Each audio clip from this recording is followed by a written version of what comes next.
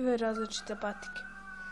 Evo počnemo, znači ovdje ima tačkice i piše Nike,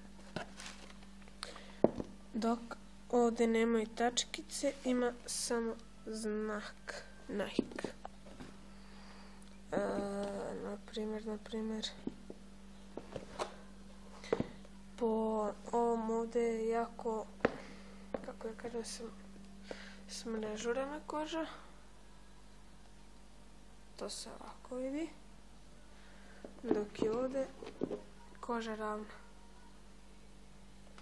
Znači ovdje su kvadratići, ovdje pravouglnici.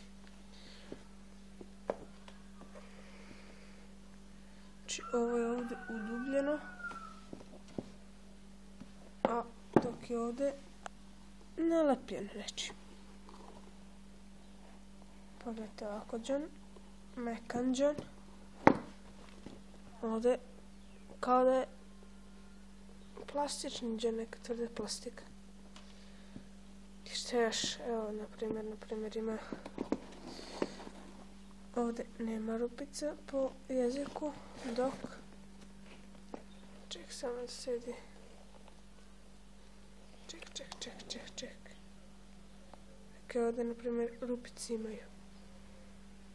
Prodali dve iste patike, da vam kažem odmah, u Đak Sportu. U Đaku, znači to je to.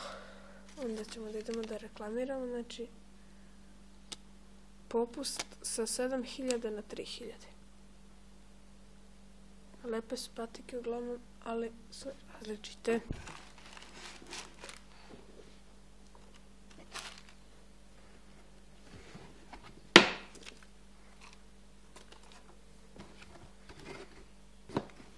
Doviđenja.